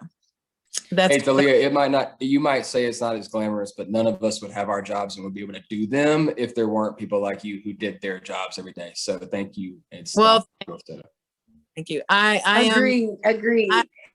Thank you. I am definitely a lover of music. That is kind of how I wanted to get into this business. I knew I didn't want to be an artist or a songwriter or anything like that, but definitely wanted to contribute to creatives. I have a great respect for creatives and what they do and how they can take an idea or a concept that's in their head and translate it into something that could be, you know, changing someone's life, you know, getting them through a hard time. Music is so powerful. And so I definitely want to make sure creatives are compensated for that power that they're able, you know, to enjoy, that they're able to give to the world. So this next question is just for anybody who wants to jump in. You know, there's a term we hear now called soft skills, which are those things you don't learn in a book about how to interact with people, how to communicate with people. What are some soft skills you need in publishing, performance rights organizations, or the music industry overall? And are there do's and don'ts? Okay, sure. I mean, I think there's just so many skills needed now. You know, whatever thing you hate that you're like, I'm going to get into music because I hate doing math. Math's going to come into the equation. You know, I'm going to get into music because you know, like whatever you're running away from, you're going to run right into it. So all of that is, you know, everything helps. I think so much of my job is counseling. So much of it is, I wish I would have gone and actually had some sort of real training. And it really takes a lot to, and it's taken a lot of advice and a lot of training and a lot of advisors along the way to help me figure out what advice I can responsibly give to songwriters and where my boundaries are, because it's just really managing emotions and perspectives. And you know, when you sign a publishing deal, a writer is suddenly, you know, in the pool of writers that can go get cuts, and it doesn't matter whether you're the guy that just got in or you're Ashley Gorley who's had 1 million #1s. You know, you're now in the game and you're in the competition of it, and it's so difficult to know until you're really hitting on all cylinders where you are in the spectrum of songwriters. And so much of this is trying to provide a perspective of where somebody is in their career and celebrating the tiny milestones, even if those milestones are rejection, because that rejection tells us we're on the right path to where we're going. And so, you know, it's really a lot of communication, a lot of listening, a lot of empathy. I've actually put my team through, you know, communication and empathy training. We do some sort of that, once or twice a year now, for each other and for our songwriters. We've actually done some kind of emotional boundary training, you know, to where do we need to leave off? Where do we need to push this to a professional? So all of that is probably what takes up the most amount of time for us. Hey, I would just say real quick to piggyback, and I won't take very long here, but I would just say to piggyback off Mike, like the one, I just did a panel with Belmont too, like last week, about where they were asking about do's and don'ts of networking. And the one thing that I would say that we all agreed on was just like, you know, as a soft skill, or like whatever you want to call it, just being kind and genuine are like two of the biggest things. Like I tell writers all the time who come in and are like, I'm going to cold email this other writer and see if they want to write with me. Well, my advice is, if they don't respond and you follow up with them, then you may have not wanted to write with them in the first place. You know, they might not really be receptive to you. They might not want to write with you. And so don't give yourself a hard time for doing that. If you're just being kind and authentic, you're able to you know, you're not going to run into as many self-doubt moments, like to what Mike said. And then the second thing is, you know, reading a room, right? I mean, if you walk into a situation where, you know, if I walked into Vanna's office or Thalia's office and I could tell they were having a really bad day, I'm not going to like dump on their desk another problem. I'm going to ask them like, hey, like, how can I help you? Is there something going on? Like, I think that with our industry, because so much of it intertwines with your day-to-day life, it's important to be able to read, you know, people's personalities as well, and understand that they're a person outside of the job that or the skill set that they're providing. I completely agree with Mike and Josh. One thing that we did here was everyone kind of individually did Enneagrams, which is kind of like basically a personality test, but it helps you understand each other, because like Mike said, I mean, you'll be up at 7 in the morning and then 10 at night, like your last email, catching up on stuff and like learning how some of these writers are night owls, you know, they're working night sessions in the middle of the night and like we'll be texting you and stuff. So learning how to draw those boundaries and how to communicate with each other if you're a certain Enneagram type is kind of important. Also, one thing I didn't know coming into it, some of you are students that are listening, is to make eye contact and to not always be on your phone, stuff like that. You think it's common sense, but sometimes you're taking notes or in meetings or you get a notification. It's just kind of more respectful when you're first starting out to keep that eye contact. And yeah. Anybody else? I want to say organization. I am a big harper on organization. That's a soft skill. I know a lot of not as talented people who are organized, and they get work because they know how to pull all those assets together when the opportunity knocks, versus someone who is amazingly talented but can't pull all the assets together to maximize the opportunity. So that's something I harp on I would say communication, because it's a lot of talking, there's a lot of dialogue, and like Mike said, listening is a big part of communication that I had to learn upon entering into the field. I can talk all day long, but I learned that the most valuable asset for me in communication is being able to listen. And then the other two things that I will say, echoing everything everyone else said, is be available and be valuable. So, and be present when you are with someone. Give them your undivided attention at all costs, and allocate the proper time. And for that time, be present. And then when you leave, go do your thing, but just be available, be valuable, be present. Those are things that I think matter as it pertains to building real relationships with people. If I'm with you and you're so preoccupied that we really didn't have a fair chance to connect, I probably won't be with you again.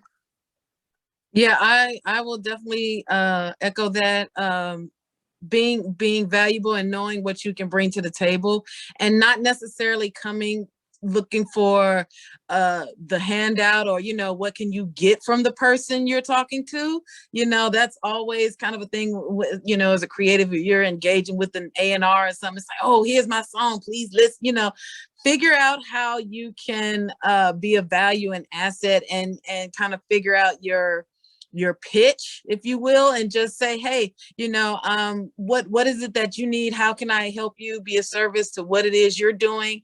I like what you're doing. I'd love to just learn from you, get coffee, like just engage with them on a human level and not be looking for how you can, get something out of this situation or the person. That usually will get you a lot further than just coming out the gate with the gimme kind of attitude. If I can just take that real quick, that goes all the way up. That goes all the way up. And I think my career changed when I realized I'm in the service industry and I like to be of service to somebody. And it doesn't matter who it is. If it is my, it doesn't matter who it is, and within my company or outside of my company. And I have changed my perspective of that. And I think it's so many times in publishing, we consider ourselves the bottom dwellers of the industry, just waiting there for scraps. And I'm trying to tell my team, it's like, look, there is nobility in this job. You are adding value. You have especially right now where people are more stat driven, and we're one of the last of the Mohicans where we have instinct, and then we're learning this, how to be stat driven. And when you put those things together, we can exist on a higher plane. We're more valuable on a higher plane because we have this experience with creatives. Our gut is going to guide us, but we are also smart enough to understand numbers. But when we go to people, it's in service to them. We want to help them further their career. If I ask enough questions ahead of time to know what they need in their next step of their career, that's beneficial. So then I can give them what they need, the next hit. I want to help them. I don't want to sit here and go, I'm a little mouse, give me some cheese. I think we did that way too much. And I love, you just hit it on the nail on the head. So thank you for that. Why do you think it's important for young people of color to consider music industry careers in Nashville? Oh, because we need you. You're needed. You're needed. You're needed. Your perspective is needed. Your thoughts, your presence, what you bring, your contribution, all of that is needed because that voice is not really represented in Nashville on Music Row. So the more diverse we have, the more representation we have, the better off this city is going to be, not just creatively, but economically. You know, like it does a lot when you spread the wealth, you know, and that's wealth of knowledge, wealth of opportunity. Wealth is not just limited to financial wealth.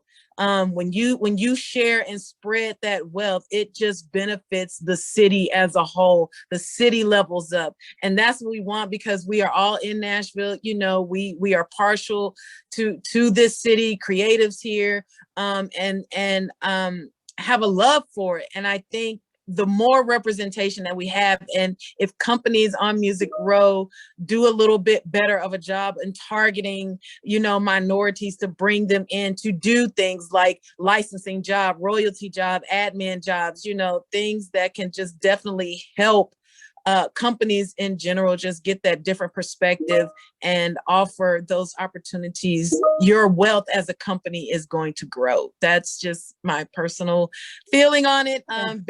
Definitely a Black female on Music Row and one of very, very, very few, including within my company altogether. I am literally the only Black female now. So it is definitely something that companies who are, and people who are in the power to hire, to just, you know, be a little bit more intentional with the pool of where you pull your candidates, you know, from. Just expand from your small pond that you're used to, and just look outside, and you'll be surprised at all of the talent and things that you can bring into your company and just help make it better and thrive and flourish. So, yeah. I would say this, someone alluded to stats and being savvy with the stats. There are statistical data that shows the value of minorities in business, whether it's the Black female. That was an article in Forbes recently about the value of partnering with that niche, that genre, that type of person, whether it is when we look at music and what is the #1 grossing music right now and has been for the last couple of years. And so it's just very important to just look at the numbers, look at the statistical data, and govern yourself in adjust your business models and your practices to be market friendly to what the statistical data is representing currently. I would say too, I mean, as the admittedly like young white male on the call, like it's great for me. You know, Shannon was on as a moderator earlier, and it's so amazing. Shannon and I work together, and it's like so amazing and so necessary for me when you're on a team with people who look like you, come from the same background as you, have done the same things you've done. You don't have any other worldview. You know what I mean? You don't have any other way to be able to understand other people's situation because you've never been taught it. And so I think it's incredibly important, you know, for especially young people of color to be afforded the opportunity to have jobs in the music industry, because if it's just the same people over and over, like, you know, old white guys like me, you know, in 50 years, like we're never going to move forward in progressing at all. And so I think it's incredibly important. And I'm so grateful for the opportunity to be able to work with people of color for sure. I just had to say that. You know, I mean, songwriting, especially, there's a finite number of emotions that we're trying to get across. There's a million endless ways of how to tell that story and perspectives to that story, you know, to access loved loss and love gain and pain and remembering. this was part of another call, or I think the other panel, I think I caught the end of it. And when somebody was saying, you know, do you write for yourself, or do you write for an artist, or what skill set to bring in? And it's like, look, you need to bring your stories. You know, you need to bring your stories. You learn craft, and the craft will help you figure out who you're going to write for. But we win in an abnormal amount at my company because we keep pushing everybody to bring their honesty, to bring their stories, to tap into that reality. Because if it vibrates in your chest, if it hurts, if it beats, if it, you know, whatever it is, if you are feeling it, it's a universal expression, and we need you to help get that expression, you know, that expression out. And we'll figure out, it's gonna meet, if you write it well enough, if the craft is there, the skill is there, that emotion's gonna meet it, and we're gonna win. We're gonna reach. Winning to me is reaching people and affecting people. We talk, you know, what I always ask our team, you know, what is the real emotion on the end of this song? Like, I should be feeling something. The hits, when they're instant hits in our listening meeting, it's because I know what I'm feeling. You know, it's there, and we know that our audience will feel that. And all of that, it starts with the stories. That all starts with perspectives. And that's why we need, you know, everyone's perspectives. That's why I love, you know, I think it is the melting pot of music that I grew up with, of, you know, musicals to old soul to country to other stuff to classical. It's because everybody told their stories, but they told it in their own way. And the best always find a way to bring it to you in such an easy way in commercial music. Yeah, we definitely need those stories. And I also think about just like representation when I came around, you know, like I don't even know that I've met anyone else of like Asian American here in Nashville yet, personally, that, and it's just like, it's not like you ask for a handout or anything like that. It's just kind of like, you know, you think about when you're a young, aspiring, you know, person a student trying to make it happen, and you just don't see anyone else out there like you. It's very intimidating, you know. But like, you know, like I said, no handouts. You have to keep your head down and keep going. And I would want to be that for somebody else, whether, you know, it's just as a minority. I feel like that's valuable. All right, so it's time for our last question. And Vanna, we'll start with you. What do you wish someone had told you when you were 21? What advice do you have for our students?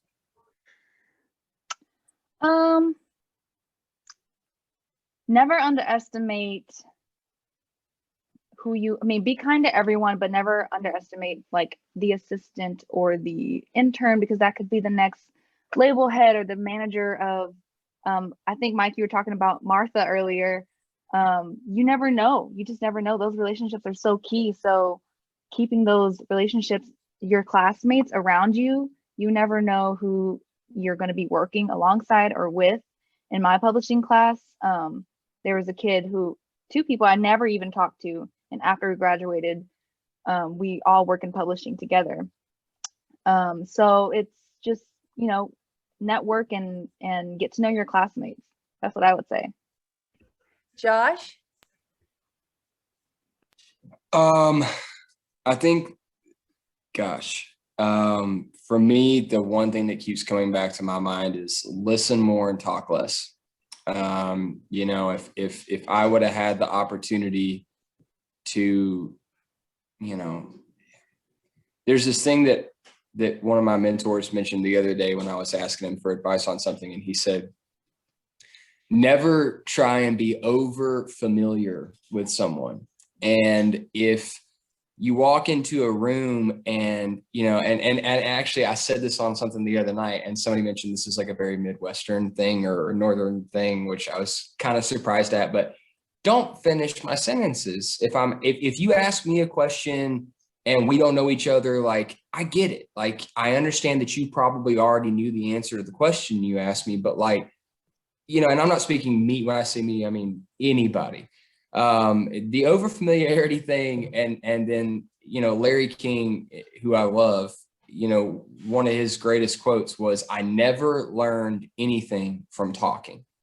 And so I think, like, you know, if you can walk into every situation willing to glean anything you possibly can by listening to the full thoughts that are coming out of people's mouths, I wish that I would have spent less time the first 2 or 3 years that I was in the industry trying to prove my, like, I don't know what you're talking about. I wish I would have spent less time doing that and more time learning, because I find so much more joy now in listening to people than I do in trying to talk about what I know with them. Mike? We have a friend and colleague of Scott Borchetta, who speaks at our end of year retreat every year. And he, for many years, ran the OWN network, Oprah's network. And one of the things I've taken from him, there was a time when the network wasn't doing as well. And he said, you know, they have to consider two things when that starts to happen: is what do you have, you know, what do you have? And then what's your North Star? So where are you going? Where do you want to go? And, you know, with them, they had Oprah. So it's like, okay, if you have Oprah, you got a lot, you know, what you can do, but we all don't have that. But all of that's just to say is that you know, the industry is so interdependent, and there's a ton of people. There's hundreds of people who are in the industry. And yes, ultimately, you don't want to lose people and lose fans, but you don't have to win them all early. And all you need to do is figure out, what do you have? And where do you want to go and connect? You know, I used to think about it as just the power of one. I just need to win one person over at a time. And I don't need to do that by being fake. I just need to be genuine and try to connect with that person on whatever place I can connect with them. And once we have that, we can move to the next person. And if somebody doesn't like me, that's fine. We can leave that behind. You know, that guy doesn't need to like me right now. We'll figure it out. We'll end up finding a point to connect. And if he doesn't like me, well, then he'll respect me by the time we get to the point where we work together and we have to work together. So, you know, and the only other thing I'd say is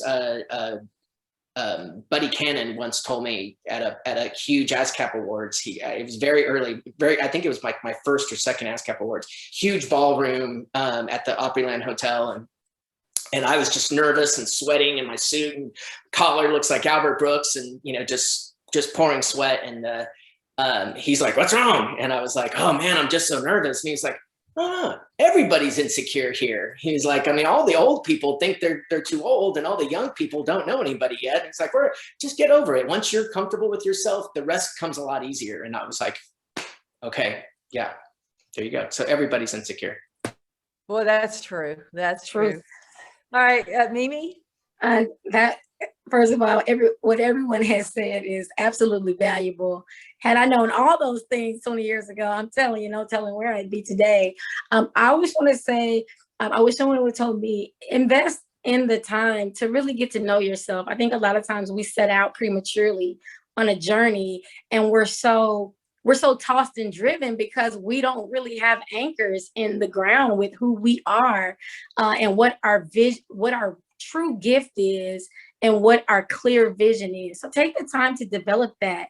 That shouldn't happen instantaneously. That's a natural process, and it just takes time to develop that. You know, so live your life, share your gifts, share your gifts.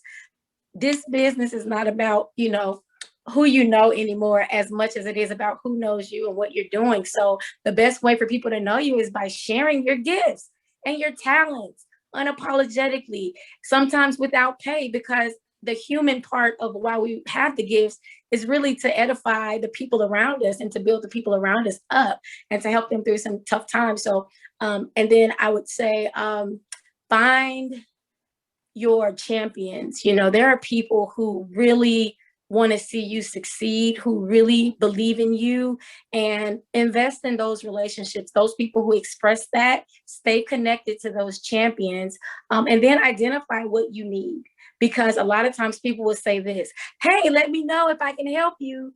And if we haven't had that real hard black and white assessment of what we need help with, we will go unhelped and have 5 people who have offered to help us. So again, just take your time. it's not a rush. It's not a sprint. This business and life really is a marathon.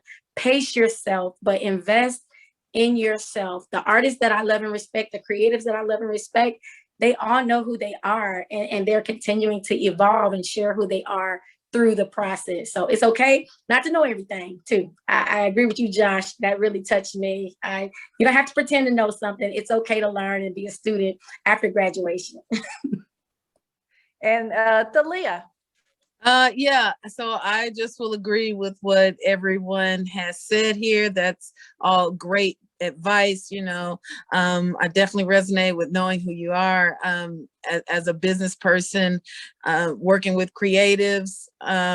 That it just helps when you kind of understand who you are as a person, because it's going to help your vision. You're going to know where you want to go in your career. You're going to know the type of people you want to work with. You're going to know the type of music you want to create. And when you just kind of know yourself, the universe kind of brings those people, into your life and into your circle to kind of help manifest the things that you want. So definitely being clear and grounded in who you are is one of my most important ones. And then also I would say just continue to know that the business is here. It's not going anywhere. It's been here before you were probably born, and it will be here, after you. So the importance of knowing who you are, because this business, if you don't know, you jump into it too fast, that's when you kind of get taken advantage of. All of those stories that we don't want to happen, you kind of hear happen.